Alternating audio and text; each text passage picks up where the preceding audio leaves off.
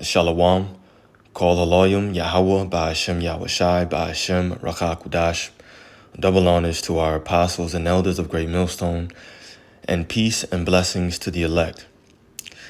What I want to do in this video is showcase 3 different videos that are really just going into how the earth is defiled, but not just the earth, the water, the food, everything. Everything is defiled because we're living under a man that portrays himself as godly, but of course transgresses God's laws every single day. And so we're seeing how the earth is being treated under this man. And the Most High is doing this as an example. Now we see how the earth is being ran under the rulership of someone who doesn't establish God's laws and likes to establish his own. So the earth is defiled, the water, the crops, the food that we eat, everything. And that's why we have to continue to pray for mercy and just ask that the Lord forgive us for our sins and that he cleans anything and everything that we digest, that we eat, that we drink. So let's watch these videos. We'll grab some precepts after. There's like 3 of them, kind of long, but I want to get through them, at least for the most part. So let's check out the first one here. It turns out some sharks are on something a little stronger than fish. Scientists have found some of them are testing positive to cocaine and caffeine. Yes, apex predators now apparently running on stimulants. Researchers found the substances in sharks in the Bahamas after testing their muscle and liver tissue. But it's not coming from smugglers at sea, it is from human pollution. Things like wastewater, drug residue, and even what we flush down the toilet. Over time, those chemicals build up in marine life and can start to impact behaviours and health.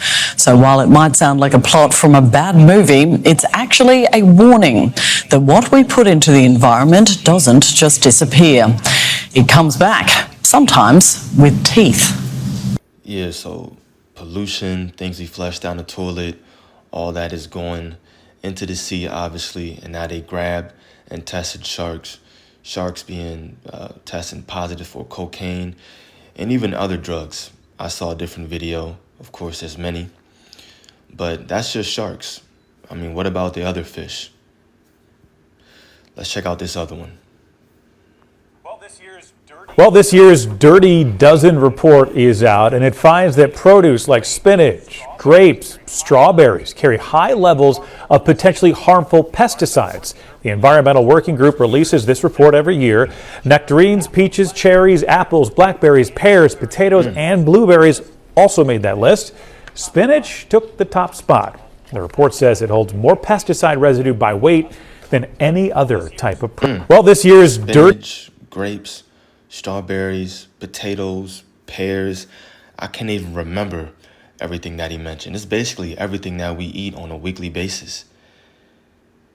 Nearly 100% tested positive for harmful pesticides, including, of course, we all know about forever chemicals. These are things we eat on a daily basis. And he named all healthy things, obviously. Leafy greens, fruits. It's hard, but of course we know that we're eating our food defiled, like the scriptures say. And that's all a part of this judgment that the Lord has casted upon us. And that's a part of being under the heathen, obviously. This man doesn't care about his food, and he's willing to just give his so-called servants anything. Let's watch one more. Couples hoping to start a family are being urged to filter their tap water to make sure it's clear of PFAS. The dangerous chemicals are used in everything from non-stick cooking pans to firefighting foam and have been found to significantly reduce fertility. This tap water is deemed safe to drink, but new research claims the chemicals in it are harming our health. Even the very low levels that are present in Adelaide drinking water do have detectable effects. Trace levels of PFAS, a man-made cancer-causing chemical, can be found in our drinking water, and a study on mice found it's impacting fertility. I was quite surprised to see that even these very low levels of PFAS could actually negatively impact the embryos. It caused high levels of DNA damage and stress, potentially leading to long-term health issues and miscarriage. Worse still, the impacts were seen across generations, even in the mice that hadn't directly consumed the contaminated water. These effects are transgenerational is because the fetus was also exposed to those drinking water levels. I think that we do need some more attention to our safe water drinking guidelines. The good news is the Adelaide University study found carbon filters like these can remove the PFAS altogether. This research was made possible through a $100,000 grant from Seven's Children's Research Foundation, and it's hoped it'll be used to better inform the public and policymakers about the impacts of these forever chemicals. But tap water is just one of the ways we're exposed to PFAS daily. They're also found in packaging, upholstery, skincare, food, and basically anything that's non-stick. It is a concern. Everyone should try to limit their exposure for their own long-term health. Kimberly Pratt, 7 News.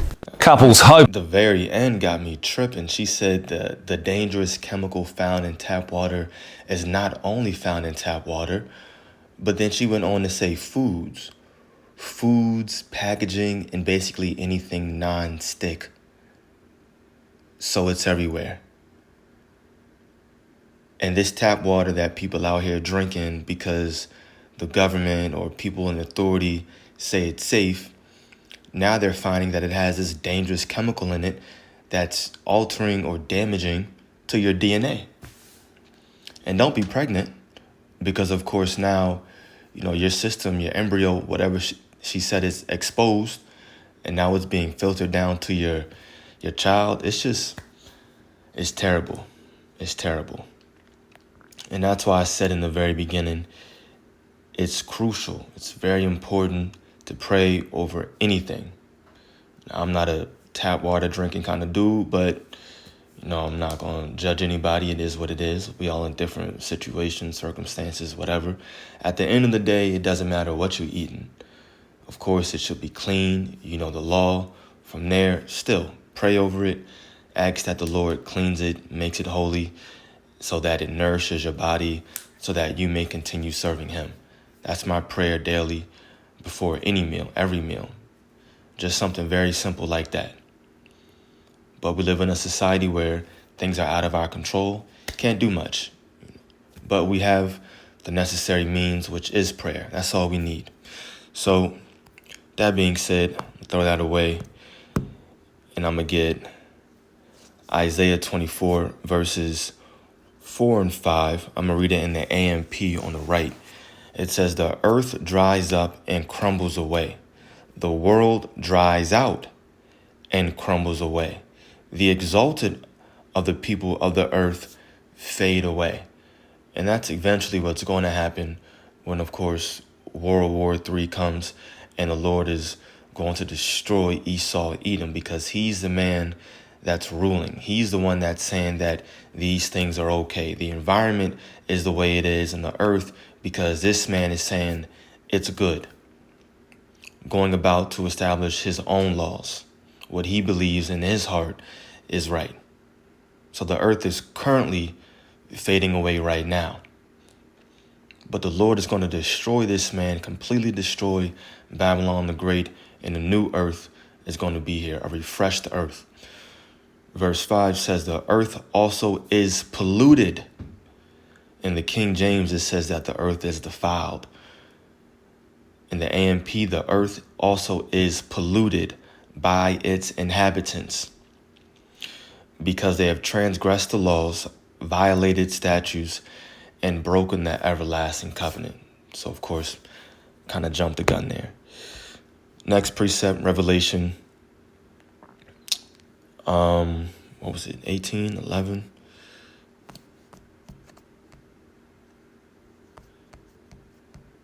Let me just type in destroy.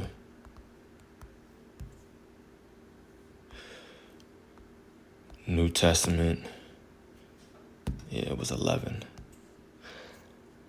Revelation 11 and 18 in the AMP. And this is where in the spirit I got the idea for this title. Verse 18 says, "And the nations became enraged, and your wrath and indignation came. And the time came for the dead to be judged, and to reward your bondservants, the prophets, and the saints, and those who fear your name, the small and the great, and to destroy the destroyers of the earth." In the King James it says, "And shouldest destroy them which destroy the earth." I like the way the AMP is put. And it's time to destroy them, or destroy the destroyers of the earth. So the Lord is going to return and wage war on Esau, Edom, who is destroying the earth. And he's also known as the destroyer of the earth. The Lord is going to destroy the destroyer of the earth. And this man has to be put down. And that's exactly part of the reason why the scriptures say if the Lord didn't return, basically, when he returned, no flesh will be saved. Not only because Esau, Edom is going to run amok and go buck wild and crazy because he knows he has a short time, but also because the way he's running the earth is just killing people off left and right anyway. And this is what happens when the Most High's laws are not put in place, when they're not enforced. We mentioned it last week, but you have something called a land Sabbath. The earth should have its proper time allocated to rest, to just chill. One simple law like that could change a lot, make the crops better, make the food healthier. But no, Esau has his own way of doing things. He says, it's cool, we're just going to take it to the lab and create these GMOs. So it's time for this man to go down. Last precept is 2 Peter 3. I'm going to read this in the King James. 2 Peter 3.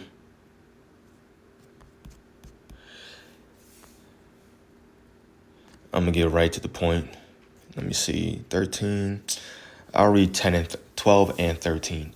It says, "Looking for and hasting unto the coming of the day of God, wherein the heavens being on fire shall be dissolved, and the elements shall melt with fervent heat." And that's talking about those nuclear missiles from World War III. Also, the fire that's going to come from the chariots when the Lord returns.